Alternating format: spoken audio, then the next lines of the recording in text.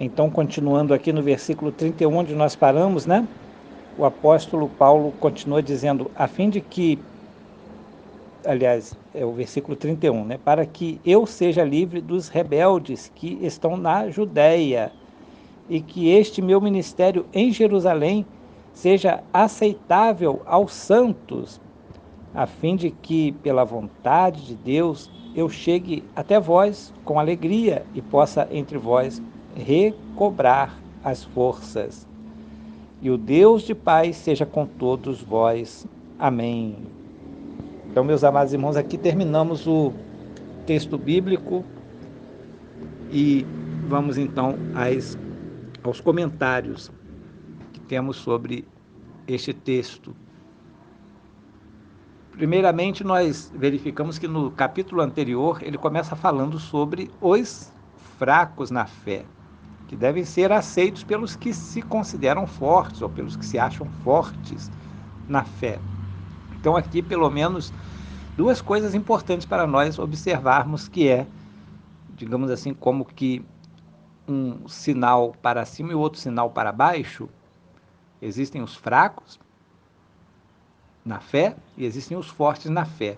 Os fortes na fé, com certeza, são aqueles que estão amadurecidos, tanto espiritualmente, materialmente, intelectualmente, sabedores dos seus deveres, sabedores das suas razões, sabedores dos seus compromissos com Deus, sabedores também dos seus direitos, o que pode e o que não pode. Essas pessoas já passaram da fase da meninice cristã, do aprendizado principal, do aprendizado fundamental cristão, e agora estão evoluindo, estão, digamos assim, crescendo na graça e na fé, no conhecimento da palavra e também no conhecimento do mundo ao seu redor, e por isso não são pessoas que julgam os outros,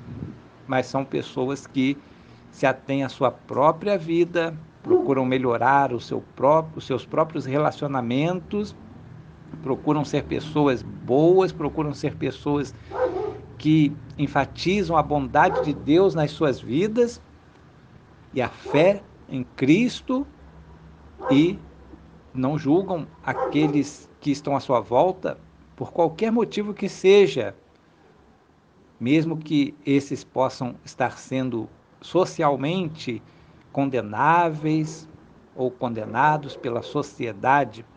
Mas a nós não cabe julgar, pois quem julga é o próprio Deus. E é claro, os juízes terrenos também podem julgar, porém, como autoridade não cristã, mas como autoridade aí no mundo, como autoridade nas nações, né? Como autoridade política, como autoridade nacional ou internacional. Mas, na verdade, individualizando, né, as pessoas, colocando do lado tanto individual quanto interior, nós não podemos julgar ninguém por suas razões ou por seus critérios ou por suas formas de pensar, a não ser podemos conversar e propor um bom senso entre as pessoas que pensam, entre as pessoas que agem desta ou daquela forma. Então, esses são os fortes na fé. Agora, os fracos na fé é aquele que muitas vezes até se condena a si próprio naquilo que ele acredita ou naquilo que ele não sabe, porque muitas vezes é levado pela ignorância, muitas vezes é levado por não conhecer as coisas que está falando, as coisas que está acreditando. Então, muitas vezes as pessoas acham que chegaram a um determinado conhecimento, então que eles já são suficientemente fortes e podem atuar até como professores, mas na verdade muitas vezes estamos longe disso.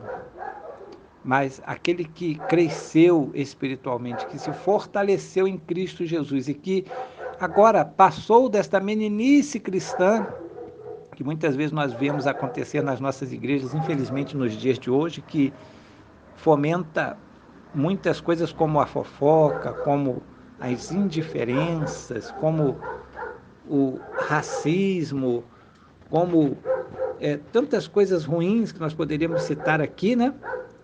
Deixando de lado pessoas que são diferentes, muitas vezes deixando de lado pessoas que fazem parte de alguns grupos sociais ou alguns grupos de nacionalidade diferente ou muitas vezes até mesmo de religiões diferentes. Esses são os fracos que muitas vezes não entendem o posicionamento de outras pessoas e querem muitas vezes discutir, achando que eles têm razão e que os outros estão só errados. Só ele que está certo. Só a doutrina dele que ele fala, que ele conhece, que está certo, a dos outros está tudo errado. Mas aquele que é forte não tem disso. Ele se considera como humilde, muitas vezes para suportar, como diz aqui, né? Os que são fortes devemos suportar as fraquezas dos fracos e não agradar a nós mesmos. Olha só, quando a pessoa chega a esse nível de espiritualidade, não querendo agradar a si mesmo, então ele já está começando a ser forte, porque ele está entendendo que o seu irmão está numa fase de transição de pensamento ou está em uma fase de aprendizado e com o passar do tempo é de se esperar que se esse irmão realmente for uma pessoa de Deus, for uma pessoa realmente que tem bom senso, ele vai começar a entender que não é preciso julgar, não é preciso estar condenando ninguém, não é preciso tirar ninguém da igreja por causa de situações tão banais como nós muitas vezes presenciamos aí, né? Por critérios simplesmente humanos e não divinos, porque o critério divino é que as pessoas venham a Cristo, conheçam o poder de Deus nas suas vidas e que Deus, o próprio Espírito Santo, não são as igrejas, não são as formações religiosas, não são os cursos religiosos, não são os ensinamentos religiosos somente, ou as, ou digamos assim, as liturgias religiosas. Não, não é nada disso que vai fazer alguém se fortalecer na fé. Tudo isso é muito importante, ou pode ser muito importante na sociedade, mas, na verdade, na espiritualidade, o que impera é a racionalidade, o culto racional que nós oferecemos a Deus.